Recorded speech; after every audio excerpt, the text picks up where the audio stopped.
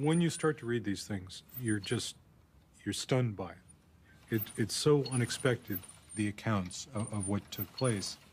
It says, Negroes flee from Forsyth. Enraged white people are driving blacks from county. Drive Negroes from Harrison. Negro residents in panic. If Bob Fancher leaves, there will not be a Negro in Boone County. The only conclusion that you can come to after you look at all this is that blacks feared for their lives and they fled the county. The terror was substantial, and they did not have time, in many cases, to sell their land. And after they left, a lot of them were too afraid to come back to try and negotiate any sale of land. So basically, the land is lost. The forced expulsion of African Americans. I am shocked, yet not completely surprised, that this history has remained hidden for all these years. Elliot Jaspin has been investigating the banishment of blacks in the United States. I was on assignment in Berryville, Arkansas. I finished up an interview and I asked the person, by the way, I've been here for 4 or 5 days now. I haven't seen a single black. Why is that? She says, oh, well, the Klan keeps them out. I decided I'd look at this a little further, and I was curious how many counties in Arkansas were white or virtually all white. So I got census data, and to my amazement, it was about a third. I said, well, what about the rest of the country? And so I expanded it even more. And again, I saw a whole series of all-white counties. In most cases, cleansings typically occurred where there was a relatively small black population. States like Kentucky, northern Georgia, Tennessee, Indiana, Missouri. So, was there one place in your research where, a county where the greatest number of blacks were expelled? Yeah, that clearly is Forsyth County, Georgia. There were 1,098 blacks living there in 1912. Within a matter of months, it had dropped to 30. It's the largest racial cleansing in America that I know of. It's also interesting because of this whole land question. It raises the issue of how do we cure the past in a sense? How do we come to terms with this? What do we do? Forsyth County is a growing suburb of Atlanta. Yet according to the 1980 census, there was only one black living there. And it's a county that remains virtually all white today. We're entering into almost used to be no man's land. If you were a person of color back at the beginning of that bridge years ago, that's where you stopped. I enter into no man's land with Dean Carter, an organizer of a 1987 march to call attention to Forsyth's racial legacy. It was a Brotherhood march celebrating Dr. King's holiday. And to most of us that would march on a Brotherhood march, that was to celebrate the fact that we didn't have any barriers between ethnic groups or otherwise. And Jose Williams called me on the phone. He said, this is Reverend Jose Williams. Mr. Williams proceeded to tell me that he'd walked with Dr. King and said that he wanted to march as long as I could commit to him that it would be nonviolent, of which I did tell him that it would be nonviolent and I would not raise my hand, not once. He had set a spot on Georgia 985 for us to meet, so we would actually get on the bus with him and come in at one time. So it all started very innocently. It seemed as though there wasn't very much like a civil rights march. It was just an outing. As the bus got to the exit, the bus stopped, and we looked.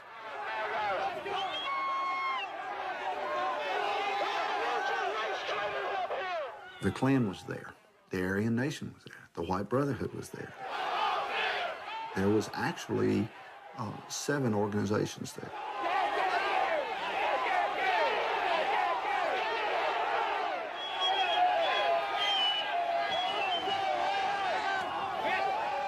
Reverend Williams said, they blocked the bus, we got to get off the bus.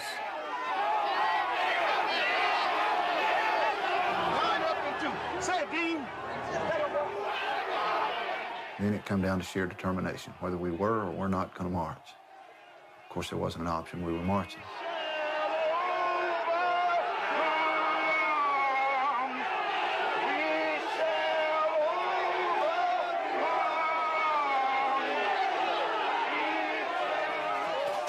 We had reached some kind of abyss where we were not supposed to be.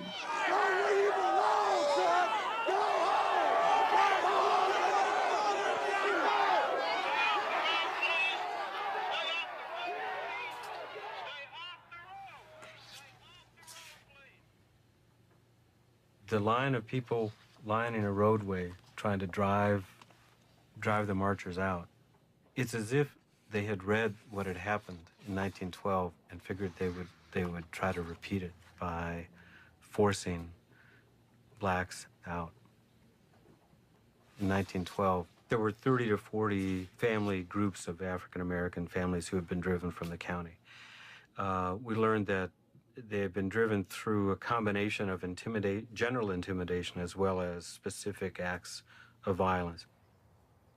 This is my grandmother.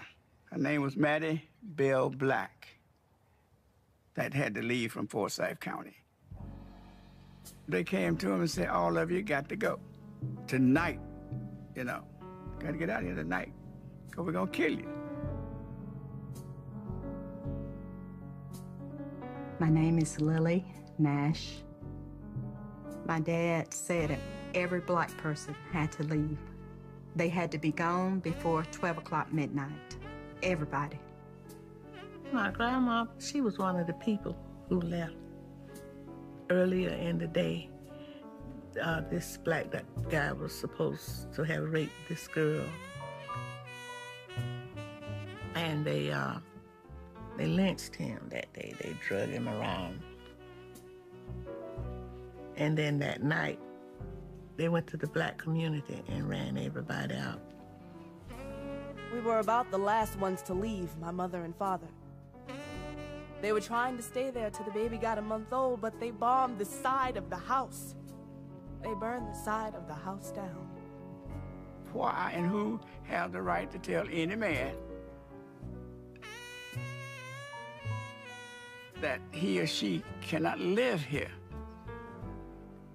Because it just ain't right. You can't tell me. God gave me that right too to live. I just remember Grandma coming in crying, you know? She kept saying she was so hurt. They had never owned nothing before. I don't think she ever got over what happened. They had their farm, they had a house, but they had to leave it. But where is it now? Who got it?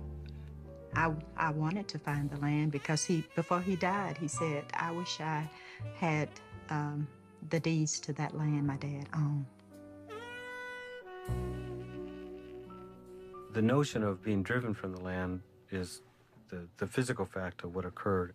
And so our effort went back to that fact as a way to get some compensation to the families who've been driven out. How you doing? After the march, the governor created this biracial committee, and I was on the committee. That whole issue of land was certainly, I think, at the center of it.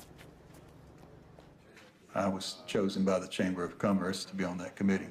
It gave a forum for our community to say, here's how we perceive this, here's things we can do. And our counterparts had the same opportunity, total freedom of speech and freedom of debate. The African-American descendants of those landowners began to wonder, don't they owe us the land? Can't we at least get the land back? The issues on reparations with land and giving back land, that was virtually a non-starter. Nobody's going to, you're probably going to have a big little agreement on that. We didn't have that. It was recognized at the very outset that it would probably be a futile effort to try to find a statement or a position on all of these various issues on which both sides could agree. In any effort of this nature, it takes time to review and achieve progress. We will see some of that. It may be slow at first. It may take several years to see fruition. And day after day after day, we met. And at the end of that year, we had to turn in a segregated report to the governor, their side and our side, because they would never admit that there was any problem. Never any acknowledgement that the black people would ever even run out of the county.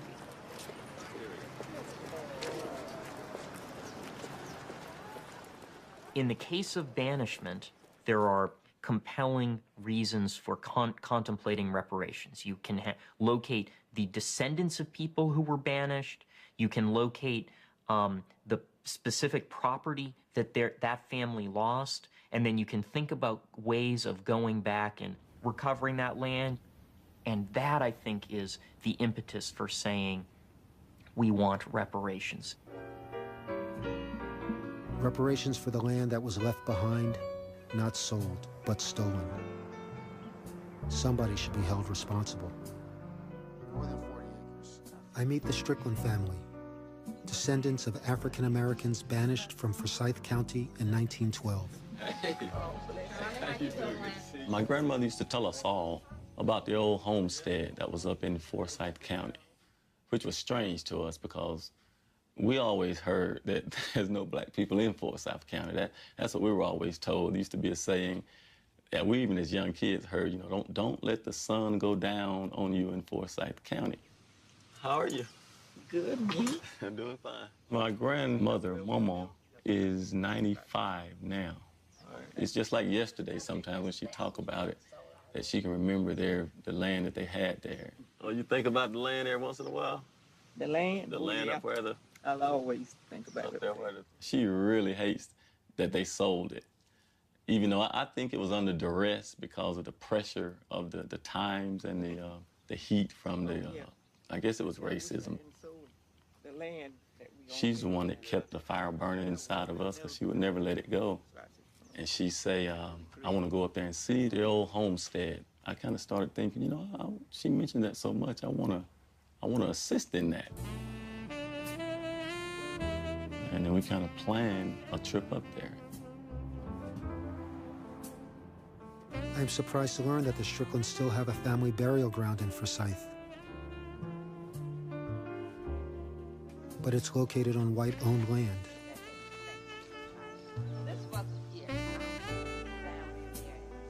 This is ridiculous. Oh my God. Where are the rocks, the headstones? Under the leaves. Oh yeah, I see. Maybe I do need to go and get us. Yeah, that's what your granddaddy, I guess, is one of those, that we don't know which one they are. But I think the headstones are right over in here. This ain't no grave site. Got all this junk down here on our land. And you know, it just made my stomach sick when I saw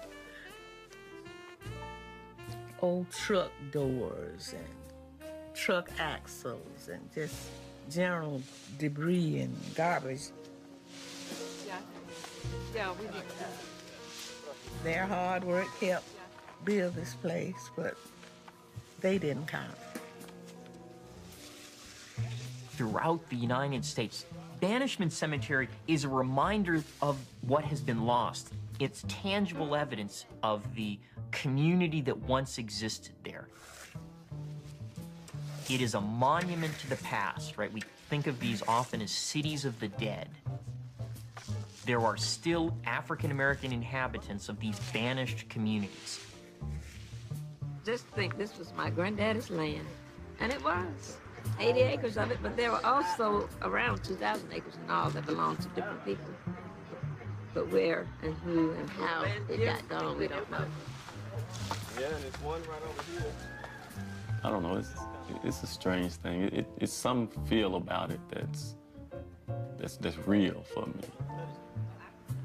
It's like standing where my ancestors stood, you know. There's a piece here from our beginning in this land. Father God, we thank you for this plot of land we're standing on. And we're just thankful that the stories that our grandmothers and our grandfathers told us, and we're able to come back and see for ourselves the plot of Now that we know where it is, we could put a fence around it, go back periodically and keep it clean and make it look like what it is, sacred ground. To us, it's sacred.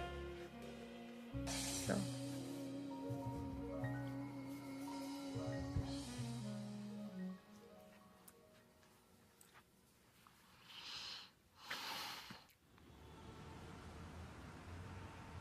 Sacred ground is more than just a cemetery. It is their family land that should have been passed down through the generations. I follow the Stricklands as they search for the deeds to their ancestors' land. We're looking for Strickland's original homesteads. Show you where the older books are. Okay, you're looking by name? We have some names. Morgan Strickland, Jim Strickland. We found out that my granddaddy had a nephew that we didn't know about. We didn't know what happened to his property. I think you should go back to find out when the land was purchased. Oh, there's one right here. See, that's Morgan Strickland. Strickland there. And this is May 14th, 1910. His heirs and assigned all the following described properties for Forsyth County. Known and distinguished by lot number 1012. 37.5 acres, more or less. At the courthouse, I was really concentrating on trying to figure out how the land left Morgan Strickland's hands. Lot 12 or so. We just couldn't figure out how it no longer became his. How would I go about finding out who he actually purchased the land from? You can go from what we know currently and trace it backwards. And when you look up their deeds, it will tell you who they bought it from and work your way back to find out who they got it from and who they got it from. Okay. We saw where the land became owned by other people and sold by other people, but we never found how it was sold. And it was like Morgan owned it one year, and then the next year it was sold by somebody else totally. These are the same books that are back there. Right? What so road this is this? property is 1012, Hope Drive. Yeah, Hope. So these properties are 1012. So You the mean this tax whole records will thing is find out- 1012? Right, Yeah, the whole this thing. square. Wow. It appears like there's some funny business where it may have literally been taken. And then maybe even deeds fabricated or something is the impression that it leaves me with. Something don't tie together, something don't jive. There's a missing link between when it was in our hands or Morgan Strickland's hands to in the hands of the people who sold it to the people who are there now. We've reached what we can do. The rest of it's going to have to be up to the title attorney and research it back. Justice is really what we're looking for here. Justice, because somebody took advantage of a situation. When I started to research Forsyth County, one of the things that came up was a story that appeared in the Atlanta Journal-Constitution, which said people were driven out, but no one lost their land. Everybody was able to sell. This didn't seem to make sense to me. So what I did was I went through every parcel of black-owned land to see, indeed, what did happen. With the black-owned land in Forsyth County, what you see is a sale from somebody to a black landowner. And then you don't see the next deed. There's no sale from Joe Smith, the black landowner, to John Doe, who is white. As you go back down the chain of title, what you find is that at some point you run into a hearing for adverse possession. Adverse possession is the way that people have of taking title to property without buying it. And it's of great relevance in these banishment cases because as soon as the African-American owners are off the property, some white folks or other folks come on and start using it as though it's theirs, and then after a period of time, it is theirs. Right? And so what you have is this combination of violence with the legal system. Violence to run folks off, and then the legal system to change title. One of the interesting things about the Morgan Strickland land is that there was obviously an attempt to cure the title by adverse possession. Morgan Strickland buys the land. He then has to run for his life, and he leaves the land behind. I mean, he can't sell it, and so he's gone. You have a whole series of sales of the same piece of land. When you look at the public record, what you find is that when it's sold again, the lawyer that's handling that sale is Phil Bettis. He then goes on to become the head of the Biracial Commission representing Forsyth County. This is a deed. A fellow named Morgan Strickland bought a piece of property, and Morgan Strickland was black, and he left along with everybody else. This was of particular interest because when the Hesters bought a lot on lot 1012, you were the title attorney. And following it all the way back is this, which basically says the previous guy owned it by adverse possession, which is to say there never was a sale from Strickland to anyone. And this is not the only one. I found half the black-owned land apparently was never sold. Is this sort of an open secret in your community? No. When I'm researching title back 50 years, I don't go back to 1912. That's not on my radar screen to research a title in 2005. I'm talking about 1984, when the Hesters bought their land. Right, I am too. And you did the title search. You went back 50 years. That would have taken in all of these transactions, every one of them. And these transactions, the one from Teams to Terry, is clearly phony. Phony is a harsh word for that. You're really, I'm looking at a sworn affidavit that says that title is acceptable. That's acceptable by title standards in Georgia. I think it's phony to say that I claim title to that property if I've ignored my rights for almost a century. Somebody slept on their rights for almost 100 years, and we're still dealing with an issue. When do we complete that cycle? Now, the descendants of Morgan Strickland, of his family, what do you say to them? When I've lost something, particularly my farm or my land, if I feel that's unjust, what invigorates me any more than to go protect that? Federal courts were wide open at that time. They were here present to do that. You don't feel that there's any, if not legal, moral obligation on the part of this community to make this right? Do I feel compassion to the point of, should our community say this is something we should address? Yeah, it's a difficult question. I mean, I feel that sorriness for them. I feel that compassion, but, you know, it's been a long time. Let me ask you a question. What if your grandfather grew up here? Do you owe reparations because he grew up here? Because of a regional presence, do you think that you're responsible for reparations? Do you think taxpayers should pay? Your report echoes exactly that sentiment, that the black community is not due reparations for land that was lost during this racial cleansing.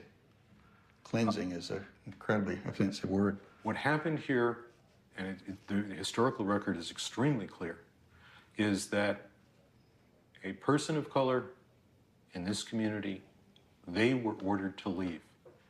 And they weren't ordered to leave because they had done anything wrong.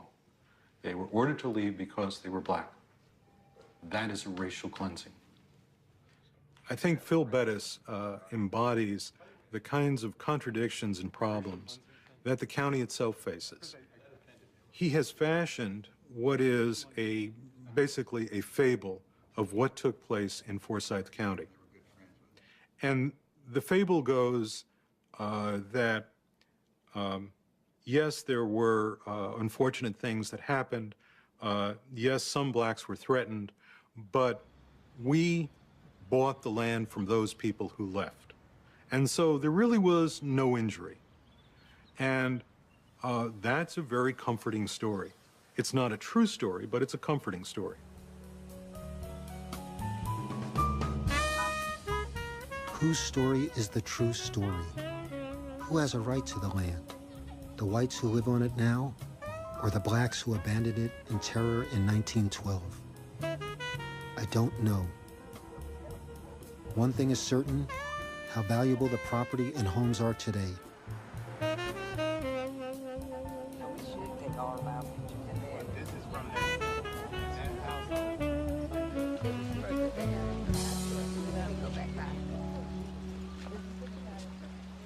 All of that was a part of Morgan Strickland. Morgan Strickland, right? This is the 15 acres, the subdivision, but those larger lots are this way. It's pretty land. I settle for that little corner right there. It's pretty. I like that. It's pretty.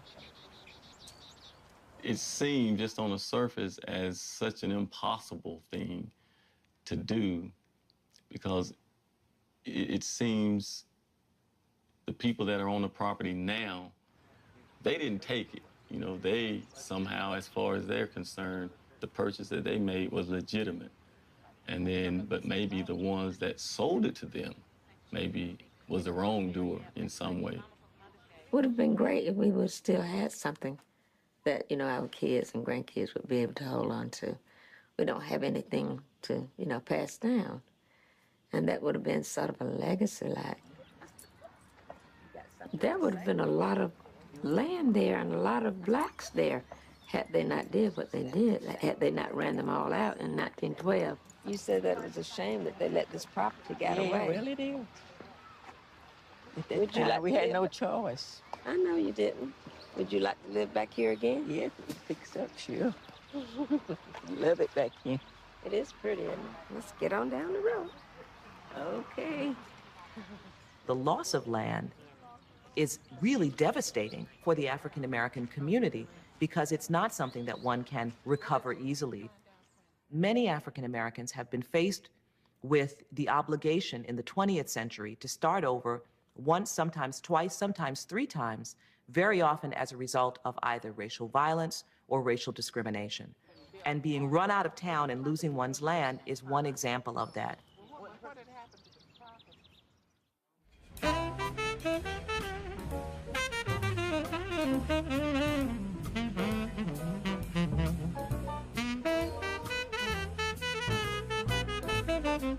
St. Louis, the southernmost northern city, or the northernmost southern city, is home to two brothers whose family was expelled from Pierce City, Missouri in 1901.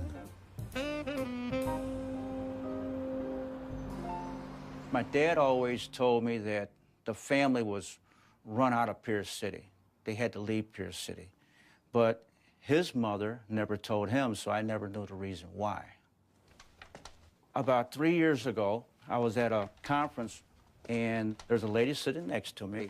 I asked her, where did she live? She said, Pierce City. And I said, my dad's parents lived there 100 years ago. And she grabbed my hand and said, I'm so sorry. I'm saying, well, why was this woman so sorry? Well, then I was more or less compelled to go to Pierce City.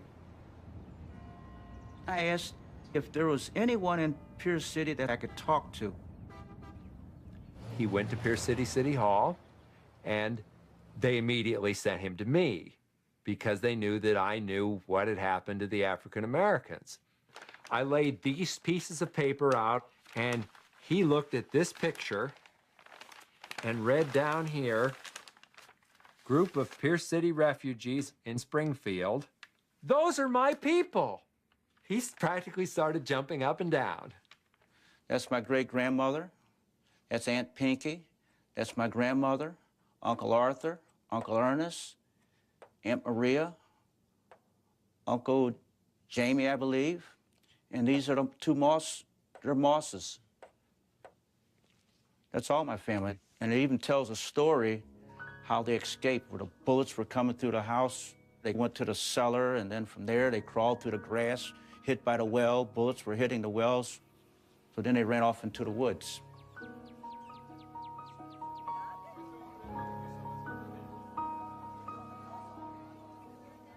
It's hard to imagine the hope that African Americans must have held in their hearts. They come to a place where they can own land. They come to a place where they can go to school. They come to a place where there is seemingly at least some sense that they have a right to exist. And I think there was a tremendous hope. And they began to settle the land, to homestead it, and to try to create lives for themselves.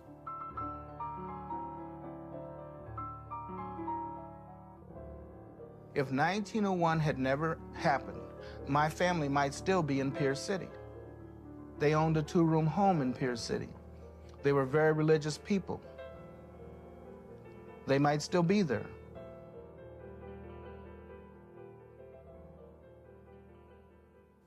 This is your great-grandmother. That's Arminta Cobb. She's buried in Springfield, Missouri. This is her husband, James Cobb. James Cobb was the person I couldn't find when I did my research through Missouri. So I hired a researcher from St. Louis to try to find James for me. They found James on the death rolls in Pierce City. They found that James had died in 1898. He was buried from the AME Church in Pierce City. They found a location where James was buried in the Pierce City Cemetery. Here's a picture of the Pierce City Cemetery when I was down there trying to find my great-grandfather's grave, and they would not help me find his grave. Well, you see 3 people standing here. This is the gravedigger, Hollis. This is his assistant, and this is the president of the Cemetery Association. So she walks over to me and asks me if I had a deed for the lot James Cobb is buried in. So then she said that there's a tax for every year that the person has been in the ground. It's $1 a year. I never heard of such a thing. I said, well, that's no problem. How you want it? Cash, check, credit card? You know? Well, then they backed off of that. That's when they just said, well, we're just not going to do it because it's not concrete enough evidence for us to dig where you want us to dig. Well, I told them that, well, maybe we'll have to get a court order and do DNA. And the gravedigger turned and said, nobody's going to dig a grave up here ever, under any circumstance. Why is this so important to you to do? Closure. You know, the incident in Pierce City, like I told you, I was not really into addressing it. I was going to let sleeping dogs lie. But I was also looking for James Cobb. When I found that the incident has a direct bearing on James and my family and their peace of mind with knowing that their father and my great-grandmother's husband is buried back in Pierce City where they cannot go to pay tribute to him, then it became a personal thing with me. So my goal is to get James exhumed and moved to Springfield. It seems like a simple request, a personal form of reparations. Why was the community so hostile to that? I drive to Pierce City to see Murray Bischoff at the local newspaper to learn more about the expulsion of black citizens in 1901. There was nothing in town that told you what happened. The only thing that existed had been the original newspaper article in the Pierce City paper.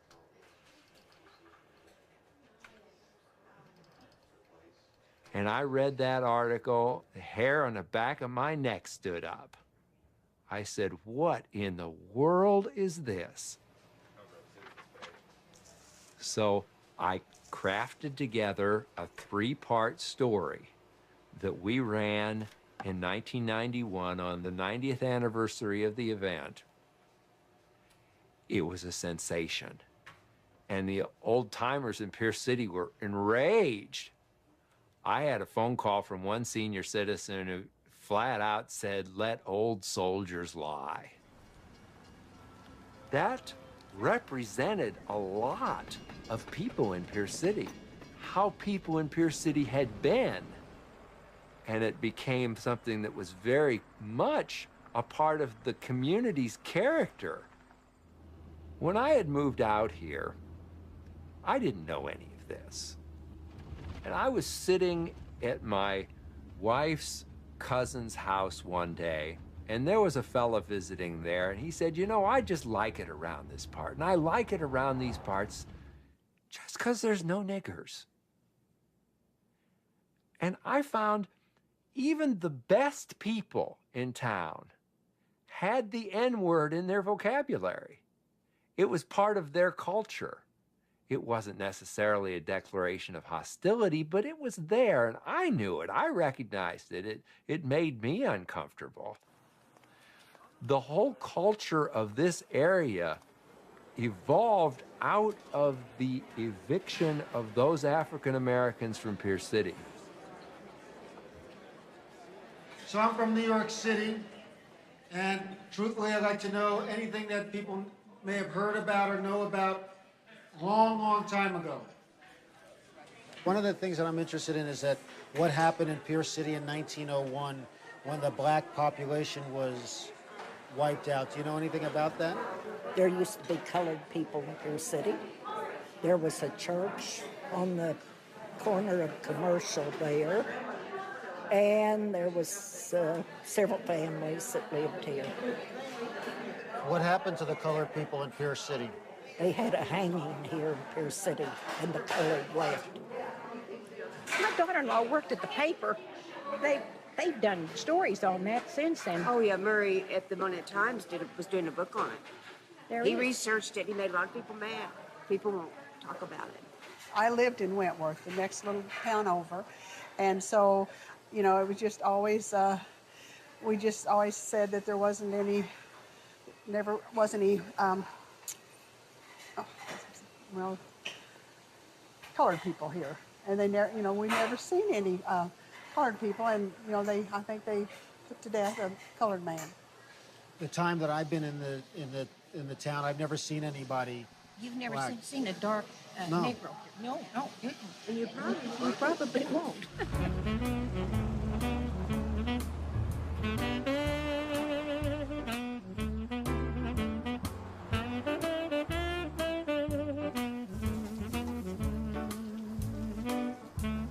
Despite the candor of the seniors, I feel the weight of the town's denial of its past. Charles has asked Pierce City to do something it seems unable to do, to take responsibility for its history. My name is Carol Hirsch. I was the first lady mayor in Pierce City. I've lived here all my life. My family was here when it was created.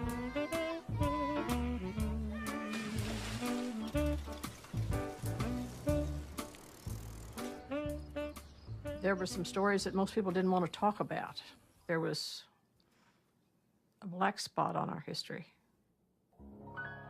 My grandmother was a young girl when the tragedy happened. She told me the mob formed at the jail. They came down the street. They formed a line.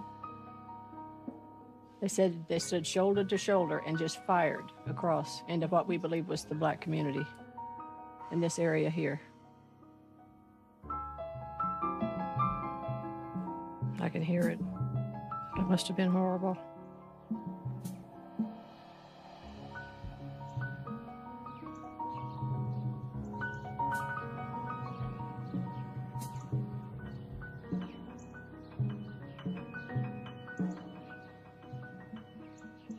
Are their descendants owed something, do you feel? Probably owed an apology.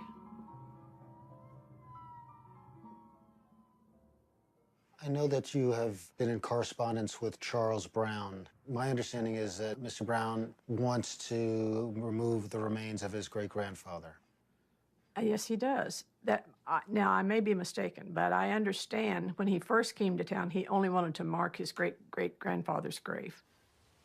But he had an incident at the cemetery, and through Murray, I found out that it was not a good visit. I think he got really upset, and that's when he decided he wanted to move him. He wanted to move him out of perhaps harm's way. I still feel like there can be a compromise. Come walk with me. Yes, ma'am. What are you thinking? Like my great-grandmother left here in 1901. She left him here and she couldn't come back here. And to know that he's gonna be with her, you know, spiritually, Spiritually. knowing that he'll be there. Spiritually, he's already with her. Yeah. But you know, if you could help all of us have closure with stones here, and we know there, and then that would be respected, and their names were there, and shoot, we know there, we've met you, you know, I think it would help all of us. Well, you know, the thing about it is that Hazelwood is closer to St. Louis. It's where the other members of the family are. Pierce City is not a place where they would probably want to come. But it's so peaceful here with you know, the wildflowers and the birds. Yeah. And, you know, my parents are buried right over there. You won't find a more peaceful place.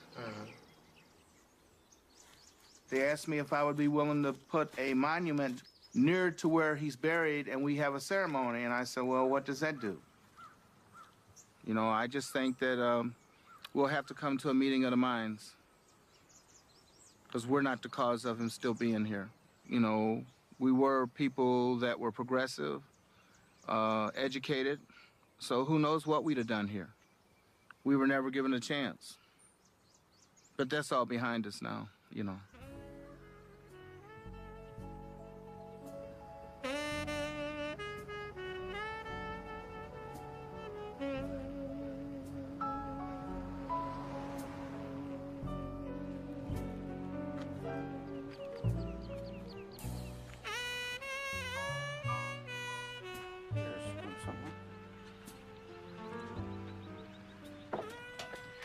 How you doing today? I'm trying to see Don Lakin. This is me. Pleasure to meet you. I thought you was going to call me before you come. I know, but we got to town today, and we went over to the cemetery and got a little excited.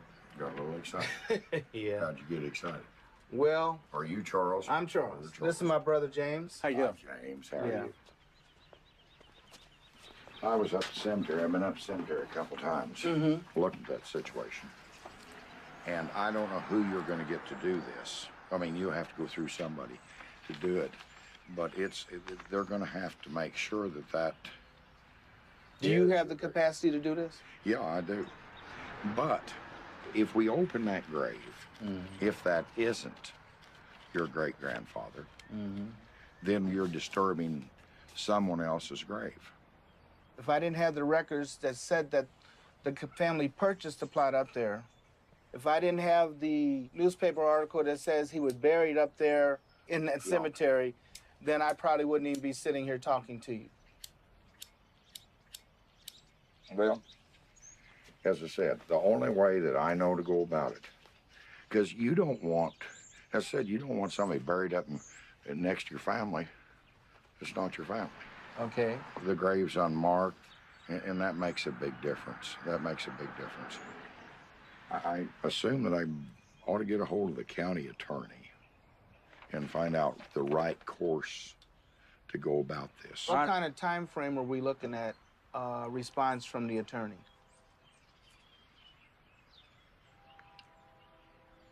I don't know. That's as truthful as I can be.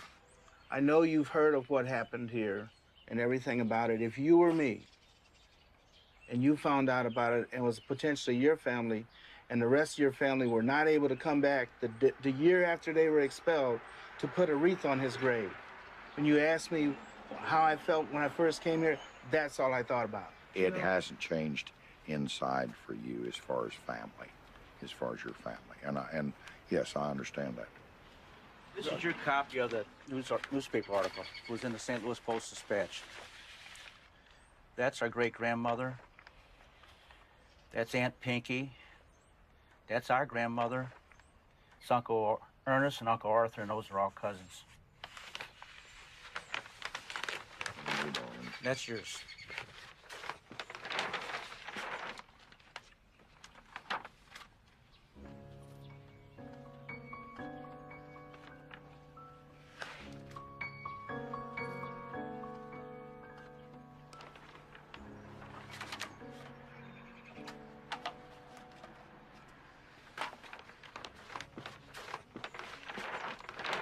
If Pierce City works with me on this, this would go a whole long way to show that Pierce City has changed.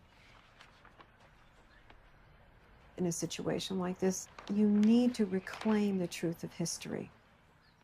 Ideally, someone from the perpetrator culture is willing or able or accessible in some way to help you find the truth, which is even more recognizing than having to find it on your own. But finding the truth and reclaiming your family history, knowing what happened, is enormously important to feeling repaired. This area here is a little bit different. It appears like there's a grave here. Right. And no, there's a possibility that there's one here.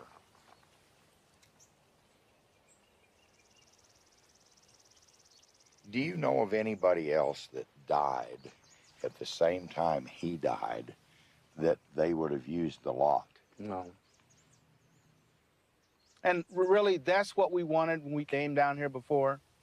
If you scrape this across here, we see the differential, then we know there's a body there. That's what we wanted. Okay. Well, I'll get started and see what I can do. Okay. Is that fair enough? I mean, you know. Yes. I'll help you if I can, Charles. Okay. That's all I can tell you. Okie doke. Thank you. Bye-bye. Do you think that this action that you're doing in some way may contribute to forgiveness? It'll be a very satisfactory thing for them to know that Pierce City is willing to help them do what they want to do, that nobody's against what they want to do. And I don't really think that they ever felt that people would be against what they done anyhow. They don't seem to be that type of gentleman. I think it'd be a closure for them. They don't want to go back. They don't want to come back to Pierce City to decorate their granddad's grave on account of the things that maybe happened to their family in this area over 100 years ago. But there has to be a forgiving area somewhere in there, too.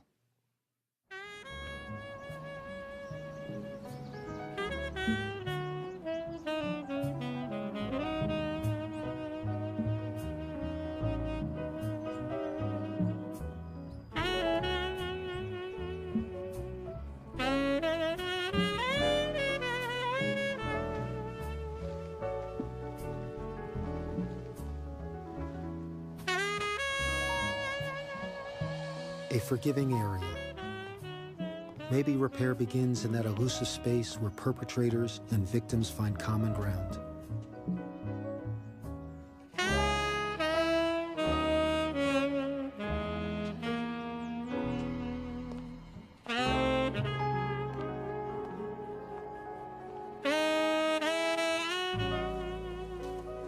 How are you? Okay. Good. We're going to do this as respectful as we can. Okay. And I want you to understand Oh, that. I understand. But, you know, and I don't know what we're going to get when we get down there. I know.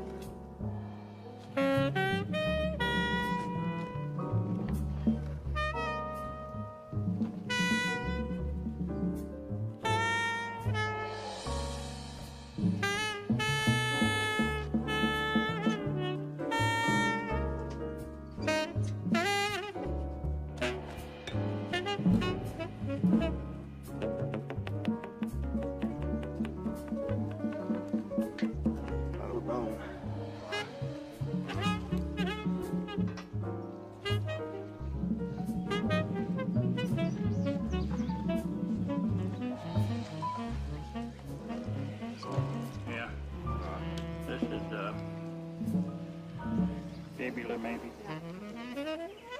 That's bone. That's bone. That's bone. Yeah. That's bone. How you feel? Feel good? Feel good? Yeah. Feel like you smiled at us and told us this is it. I know Daddy smiled.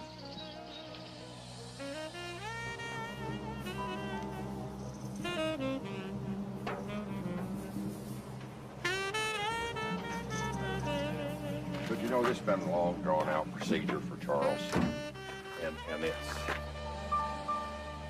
He can go home tonight and know that he got accomplished what he wanted to get accomplished. So I'm pretty well satisfied with that.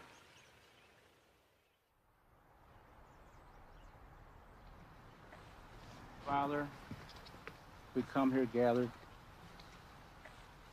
to try to put closure to everything that we found. Heavenly Father, we hope that the Cobb family is at peace now. In your name, amen.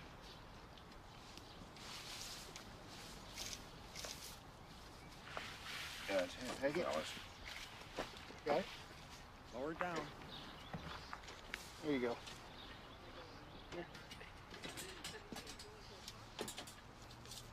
Do you have your bill made out, or are you gonna mail it? No. I'm gonna come over here and let's talk about that. This ain't my everyday run, but if I charge you $750 for everything, is that being fair? What I wanted to tell you is, and I really didn't do this because you're an elected official, and I didn't want you to have any problems with Pierce City, but, you know, my family feels that the best way to have any sort of healing is for Pierce City to actually make some kind of concession for this, to understand what went on, and that we feel that, you know, we were trying to keep the cost down, but our thought was for Pierce City to come forth and pick up the tab for all this. There's a letter that was being mailed to the mayor today, and I really felt bad about not telling you beforehand. But, you know, the person to start all this rolling was you. Yeah. And, you know, I really appreciate that. And I just hope that I don't offend you, you know, and I hope you understand where I'm coming from. Well, I'm gonna have to get my cost of my casket from some place. I understand. You know, and I'm not being, I know. I know, but see, what's going to happen is we'll see what the fallout is, and if things go down, then, you know, I'm an honorable man. We'll do what, you know. I'm fully aware of that. Yeah, like I said, I just didn't want you to be in an awkward situation with anything involved, you know. Well, and I hope you understand my situation, but, so.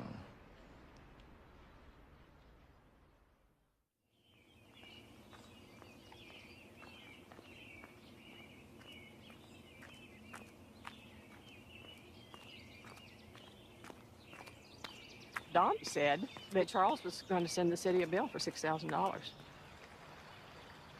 It's upset me very much. I've spent a lot of just natural goodwill. Pierce City's like my family. You know, I don't want anybody to look bad at my family or my town. But I feel like someone turned the tables on me.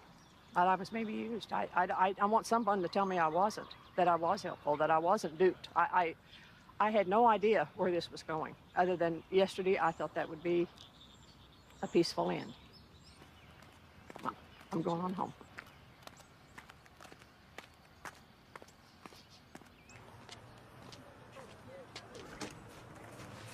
Mark, where should we go with you? Where do you want to go? Anywhere you're comfortable. Your office? I guess what I understood was that he thought this was by having the city pay for the disinterment and so forth, it was a way to kind of bring healing and closure. I guess that's where I parted company with him, because it really is something important. It's something of great gravity, and you don't solve that with a few bucks. That's what we got yesterday with the letter. I didn't think of this in terms of reparations. I thought it in terms of you know, money being asked to do what money can't do. No matter what's said, it'll be too little, it'll be too late. Dollars, you know, how do you take a subject that serious and translate it into dollars? Who do you pay? I don't know. I have a radical solution for you. What happens if you put an ad in the newspaper saying that all the descendants of the African Americans that were expelled, thrown out of Pierce City, we will give you your land back. Please come here because we would like to create a vibrant, diverse community. It is a radical solution. It's an interesting solution, and it makes sense late at night, about 3 in the morning, when people are just getting together and talking and not paying too much attention to who they and we and property and how all that actually gets done. Who do we take that away from? I saw the letter that he sent to the mayor, and I think that I don't think there's any amount of money that'll ever change the heartache that was caused in 1901 and 1901. I think you could take millions and millions of dollars and it wouldn't change anything. It still would have the same hurt. But what else can be done about it? I mean, as I said, bearing the expenses of it, I don't know. I don't know. And how do you fix it? I mean, there's no way to fix it. There's no way to fix the things that was written in the St. Louis paper. I don't know what the answer is.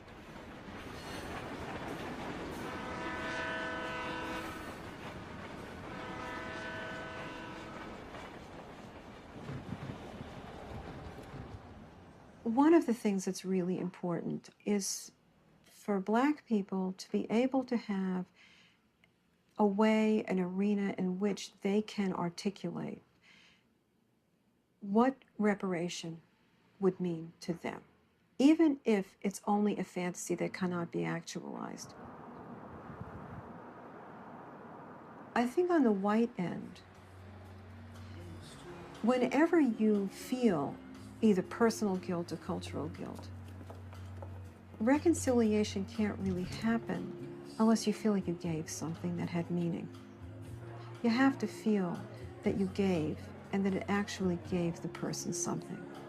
Not that you imagine it erased everything, but that it really helped. The failure of Pierce City compels me to look for other solutions, for something else that might help. In the all-white town of Harrison, Arkansas, a group of citizens has created a task force to address their racial legacy.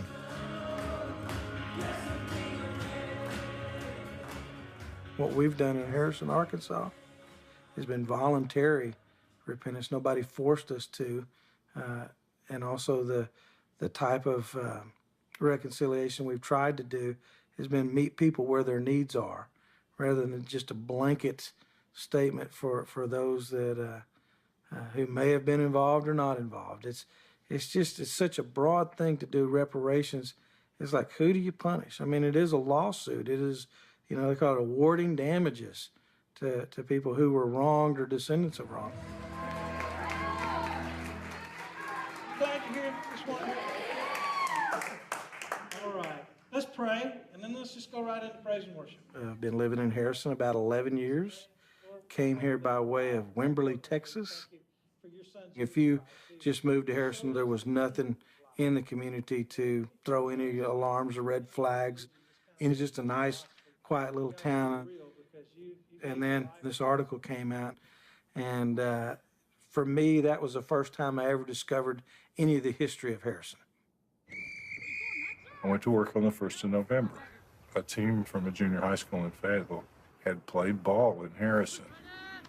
A parent who traveled with the team had been very distressed by the treatment he felt the kids had gotten.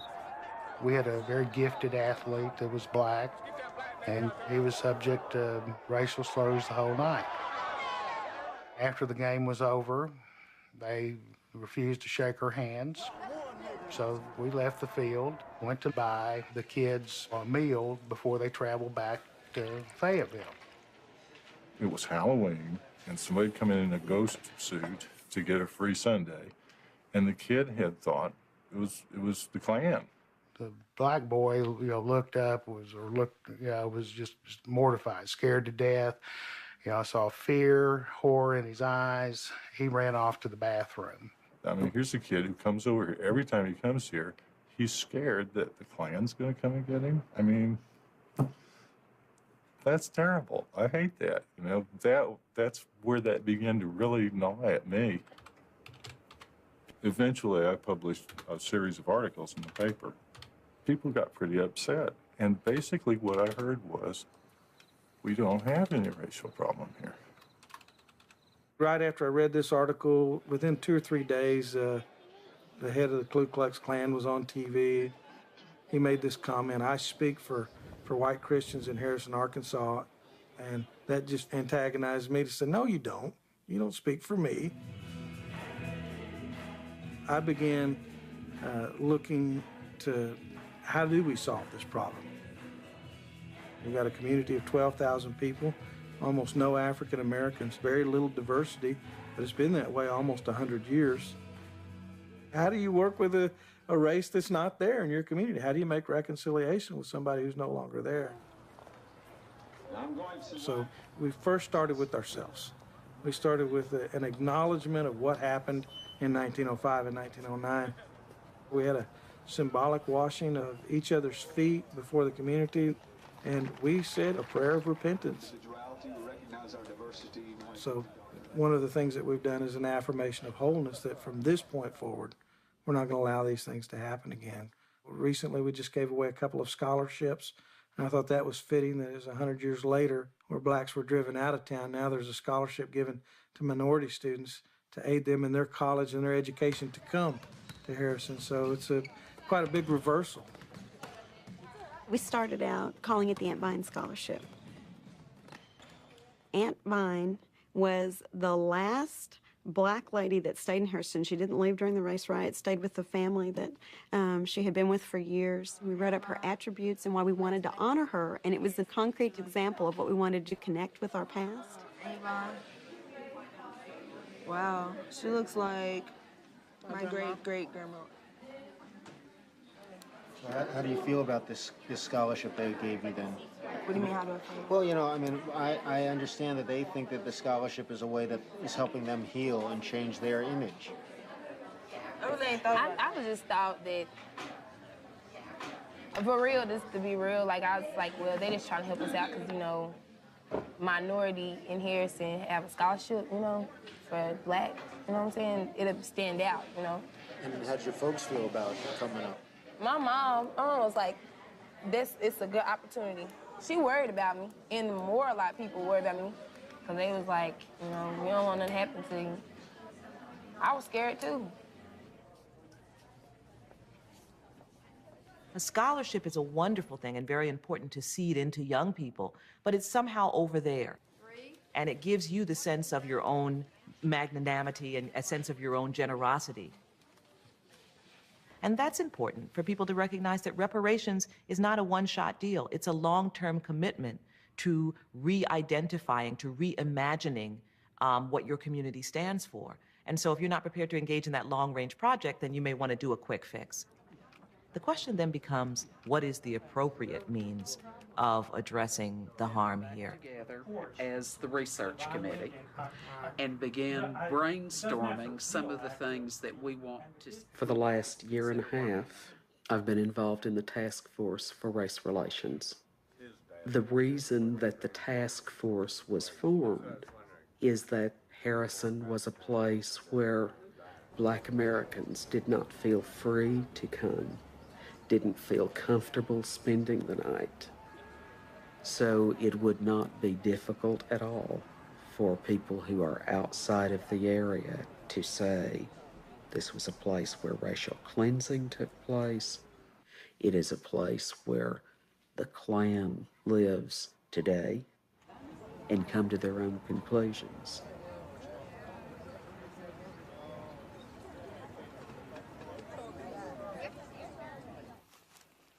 If I moved just over there across the way, would I be welcomed? I wouldn't be happy. Why? It's because I want to preserve our community, our culture. I think I have a heritage that is worth preserving. Burning many crosses these days? It's a cross lighting. Excuse me, you're not burning crosses anymore? It's a cross lighting. It's an old Scottish symbol of a cross embracing the fire of Christ. And the clan simply reenacts this old Scottish tradition. The burning cross, as I would call it, is used as a symbol of terror. I think you're being a little disingenuous when you say that a burning cross is not used to terrorize blacks in the American South. The Klan is an easy target for blame. But are they really the cause of the town's negative image, or a symptom of it? People in town that I've spoken to in some ways say that you're the reason why Harrison has a negative reputation, that everyone outside of Harrison has this terrible impression of it as a place that's racist. They're lying. Tell me what you think the image of Harrison is. Harrison has doubled in population since I moved here. Harrison listed, according to the Chamber of Commerce website for Harrison, Harrison listed as one of the top 100 best places to live in the country. It's a good community. A lot of people are moving here because it does reflect what they are as a people. So in some sense, you feel comfortable that you're speaking for the majority of the people? I would say the majority of white people in Harrison would not want minorities moving here. People have come here because of what it is, not because of what they think it might be someday.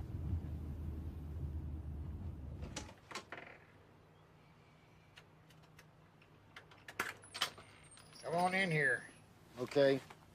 Talk to me a little bit about Harrison. Why'd you come to Harrison? Why did I come to Harrison? For two reasons. The low cost of living, the low cost of real estate, and probably more importantly than anything else is lack of blacks.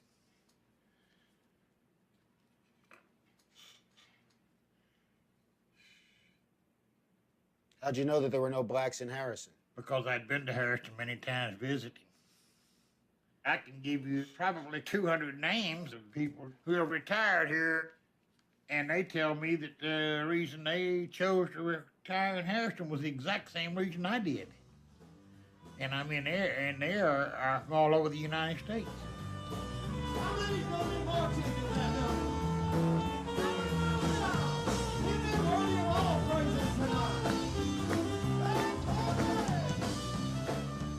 If Bob Scott and Tom Robb are to be believed, Harrison has become a magnet for like-minded people to call home.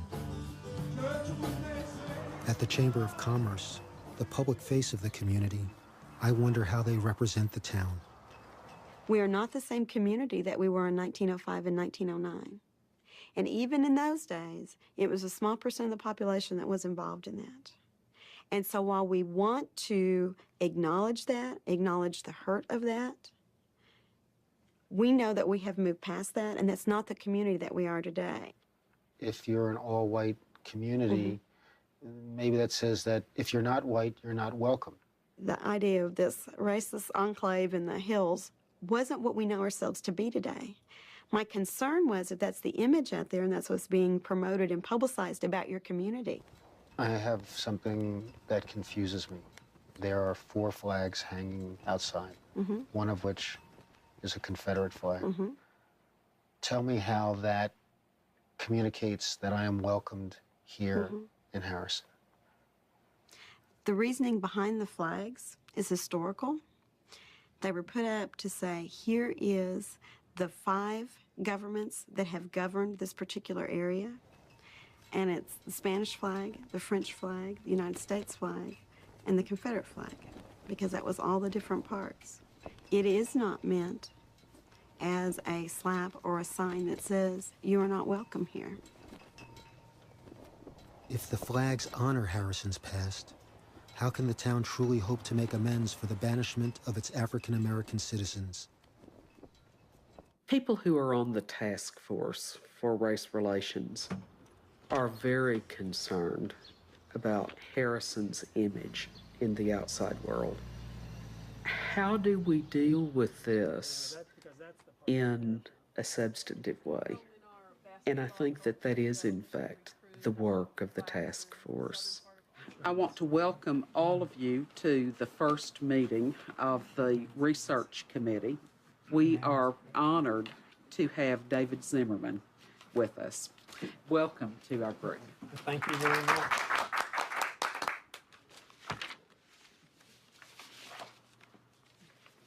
This is a map of Harrison, and marked in all the shaded lots are lots that at one time belonged to black people. Richard Fancher, Joseph Joslin, and George Harrison bought the AME Church. William and Fanny Stinnett, whose son was hanged in 1909, lived right there. Robert Warren and his wife lived there. Elijah Armstrong and his wife and children lived there. Thomas Horton, who was a blacksmith and Aunt Vine's son, lived right there. Aunt Vine lived in a cabin behind the Wilson's house, which was on lots 15 and 17. To me, one of the ironic things about Harrison today is you can walk right to the place where Aunt Vine's house was, and it is in the middle of a public park. But there is nothing in those parks that indicates that a black person ever drew breath in this county, much less lived and died here. My idea is you put up a marker on the square that says something like 250 yards east of here was the center of the African American community of Harrison, Arkansas, which was destroyed in 2 separate episodes of white mob violence in 1905 and 1909. I think we agree with that statement. But I think it's going to take much more, because I think we've done that. We've said it through National Day of Prayer. We've said it through a very conscious link with an AME church in Helena. We have done it, but you're saying until we do it, something visible. I know that there are people who say, oh, this should be done, that should be done. But to me, the truth is the truth. And the day that you finally stand up in front of everyone and say, this is what happened, is the day that you're free from having to carry it around as a dark secret. And I'm not disagreeing with that. I'm saying it's going to take more than that, I think. Because I have a friend who was minister down in a little bit south of here. And he said that his daughters would not spend the night in Harrison. And I said, why? What is that? What is it that we can't overcome? His comment was, and I quote, it's Tom Robb. No, sir. The Klan is here because they're comfortable here. But I did locate the black... Permanent markers in the physical space. This is a critical part of reparations.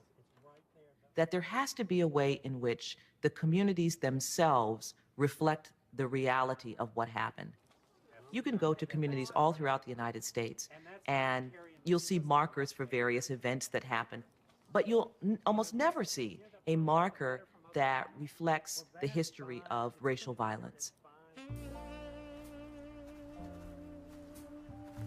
Despite the town's efforts, which seem sincere, I can't help thinking, is the scholarship or a monument really enough? 1889, but no name. And when did you say Aunt Vine was, When did she die? Yeah. 1914 or 1916. Listen. That's a small stone. An infant, maybe. Yeah, you an know. infant, given that size. Born in 1647. Wow. Jones, Jones, Jones. Well, it's a great mystery to me that there's no record of where... Vine was under the circumstances that she was the last black to live in Harrison for any number of years. Aunt Vine, the last black person to live in Harrison, has a scholarship in her name, but no grave marker. This is the lingering legacy of the expulsion of black citizens. We remain invisible.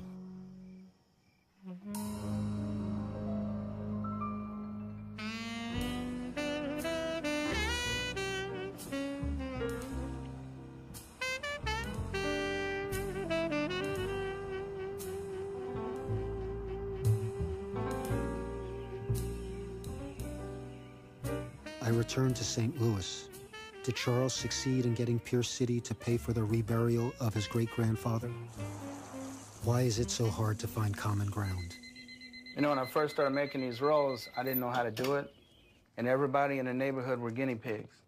Everybody got to try some. While they were bad, once I got good at it, nobody gets any now. So, where are things? The mayor put an article in the Pierce City paper. He did not respect me enough to write me or call me or want a dialogue with me. I'll just read you just a couple lines of what the mayor says. Dear Mr. Brown, I hope you won't mind that I've taken a few days to think about your letter before replying. After all, yours was a serious letter about the most serious of subjects, and I wanted to make sure I did full justice to you and your family's concern. Now, this is a letter in the newspaper. I did also say that I was sorry you asked to be paid, because I think the shock and outrage you rightfully feel at the events of 1901, and which I think any civilized person shares, are only diminished by the suggestion that somehow someone can just open a checkbook in 205. Well, I didn't say just open a checkbook. I said reimburse us for what we put out, and I will come down there and stand before the town and vindicate the town and say this is not a town of 1901. And I told Don, who was the undertaker in charge, who was also the coroner for the area, I told him that I will pay him in a timely manner based on what happens with everything, the fallout from all of this. Well, I got a phone call telling me that I was a crook, that I was trying to not pay Don, and that I was trying to hold the city hostage. So I immediately went and got a cashier's check for the amount that Don wanted, and I paid him. Excuse me a minute.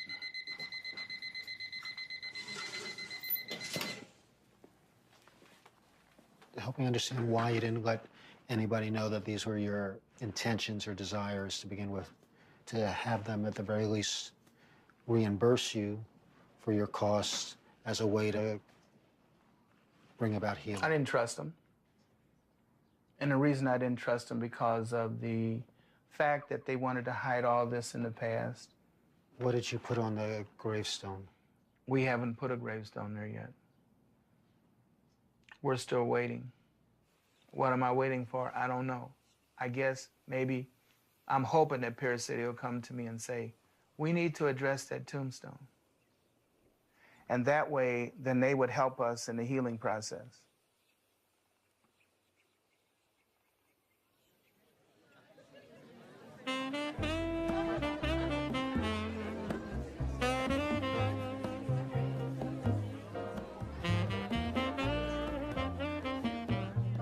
I leave Charles to attend the Strickland's family reunion. Perhaps they found a resolution to the loss of their stolen family land. Look at your grandmommy. Oh, Mom, that looks like me. He's the fifth generation. He's the fifth generation. Tom, Fivey, would you like to hear this? Excuse me, Miss McCain. I want to tell you about a project that we were working on. Several of us got together, and we had done some research at the Forsyth County Courthouse on some of the property that involved our family. And we're not sure if it's fraud, but we just wanted to share it with you so that you would be aware of it, okay? We have researched the titles as far as we can go without legal assistance. Some of the family members feel that they want to pursue it further, and I had said that this would not be a decision made at the family reunion because it would be an emotional decision. And what does it mean if they find out that there's fraud? And if any money swaps hands, none of us will live to see it. My child will not be living to see it, and my child's children will probably not be living to see it. If we really follow this, you know, it could have a definitive end of some wrongdoing, and some of the property was taken unjustly. And we, you know, you can maybe be documented that that was true. It would be good for me to have just a definitive answer. Is it ready again? In the camera. Everybody.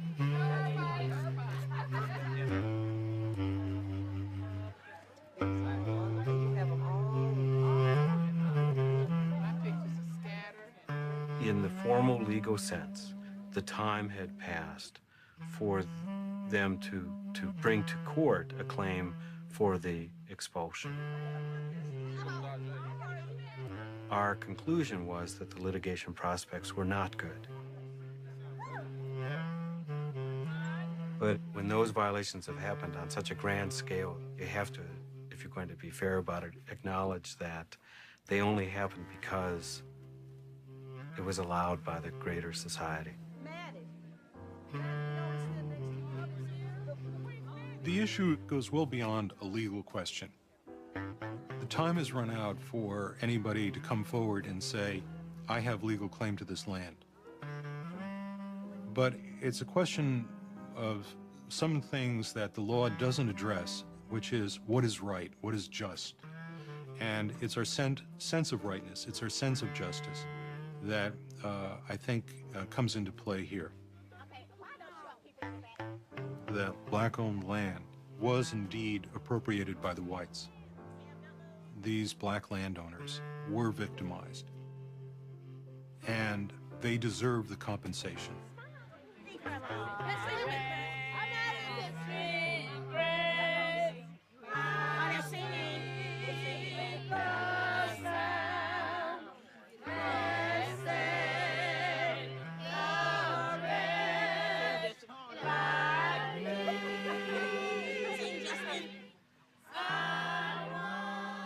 Banishment causes losses of all sorts.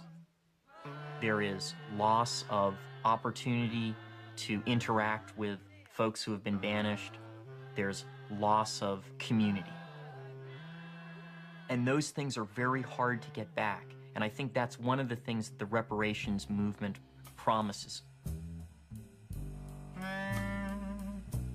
It holds out the promise of reconstruction of the African American community, reconstruction of the morality of the white community,